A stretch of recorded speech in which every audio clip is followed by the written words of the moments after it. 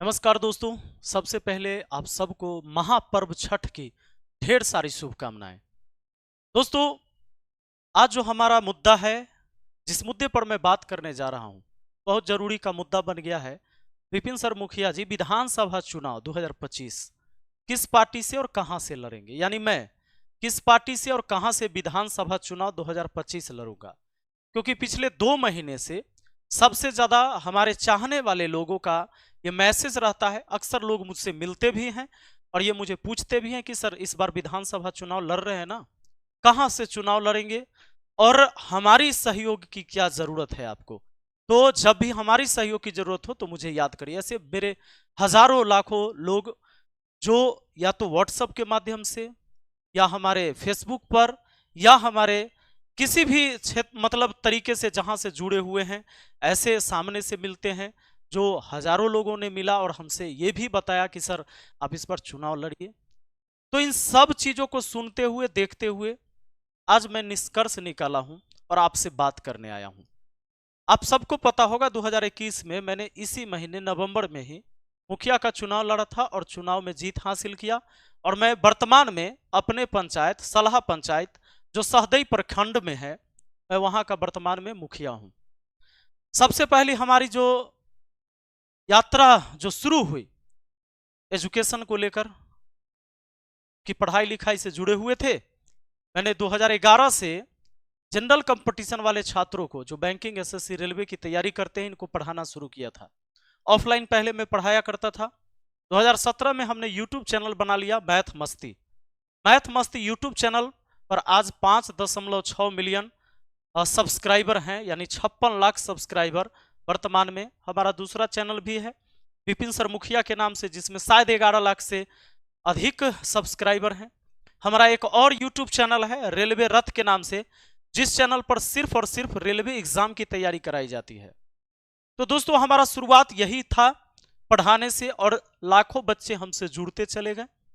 बीच में 2019 2017 18 19 उसके बाद जो लॉकडाउन आ गया 20 में, लॉकडाउन लगने के बाद मैं अपने गांव में रहने लगा। मैं वहां की समस्याओं को देखा। उन समस्याओं से लोगों को निजात दिलाना सबसे बड़ा मेरा मुद्दा बना। खासकर हमारे गांव में बाढ़ की समस्या आती थी। बगल में बया नदी है, नदी पर बांध न होने की वजह से सबसे ज्यादा हमेशा हर वर्ष चूंकि बाढ़ का पानी गांव में आना ये निश्चित ही था। सबसे मेन मुद्दा ये था हमारा। दूसरा, स्कूल की व्यवस्था, ना तो पीने के लिए स्वच्छ पानी, ना ही उस समय शौचालय, ना चार दीवारी, न गेट। कई सारे स्कूल में, इक्का दुक्का स्कूल में था भी, लेकिन लगभग स्कूलों में ये व्यवस्थाएं नहीं थी। आज उन तमाम चीजों को हमने पूरा किया। यहां तक कि राशन, जो कि लोगों को पूरा यूनिट, जो राशन में 1 यूनिट में 5 केजी मिलना चाहिए था, नहीं मिलता था। उन चीजों को मैंने दुरुस्त किया।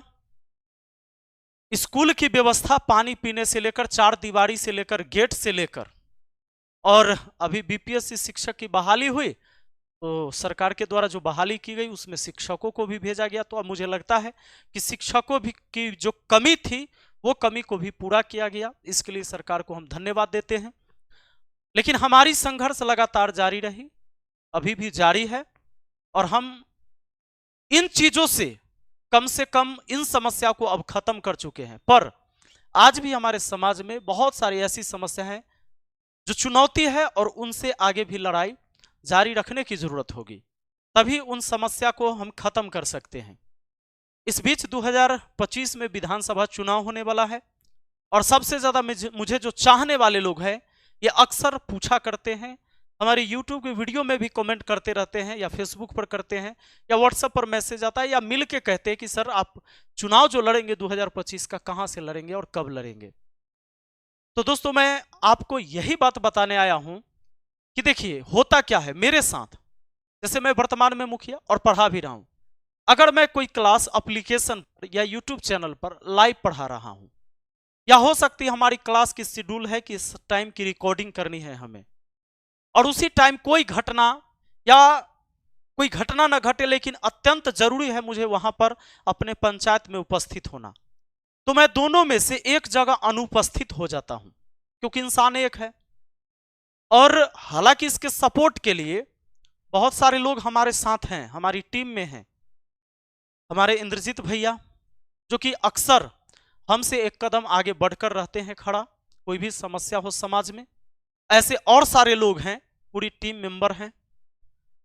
तो ये रहते हैं, उन चुनौतियों को देखते हैं और उसका जो भी समस्या होता है समाधान करने की कोशिश करते हैं। अगर मैं अनुपस्थित रहा, पर सच बात यह भी है कि मैं इन दोनों जगह एक टाइम में उपस्थित नहीं हो पाता हूं।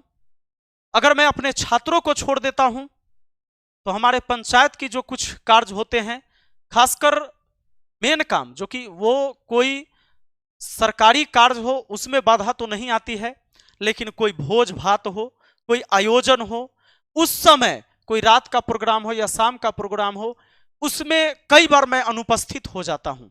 मैं इसके लिए क्षमा भी चाहता हूं, मैं माफी भी मांगता हूं अपने जनता से, और ऐसे ही क्षमा मैं अपने छात्रों से भी मांगता हूं, क्योंकि अगर मैं वहां उपस्थित होता हूं तो मैं अपने छात्रों के बीच अनुपस्थित हो जाता हूं, जो लाखों छात्र मुझे चाहते हैं। मैं लगातार 3 साल से ज्यादा से ये संघर्ष कर रहा हूं, ये 3 साल कंप्लीट हो गए अब। तो मैं ये महसूस करता हूं कि मैं अपना पूरा एफर्ट नहीं लगा पाता हूं दोनों जगह, क्योंकि एक जगह उपस्थित होने पर दूसरी जगह अनुपस्थित हो जाना पड़ता है। कई सारे लोगों को दिल भी दुखता है इसके वजह से।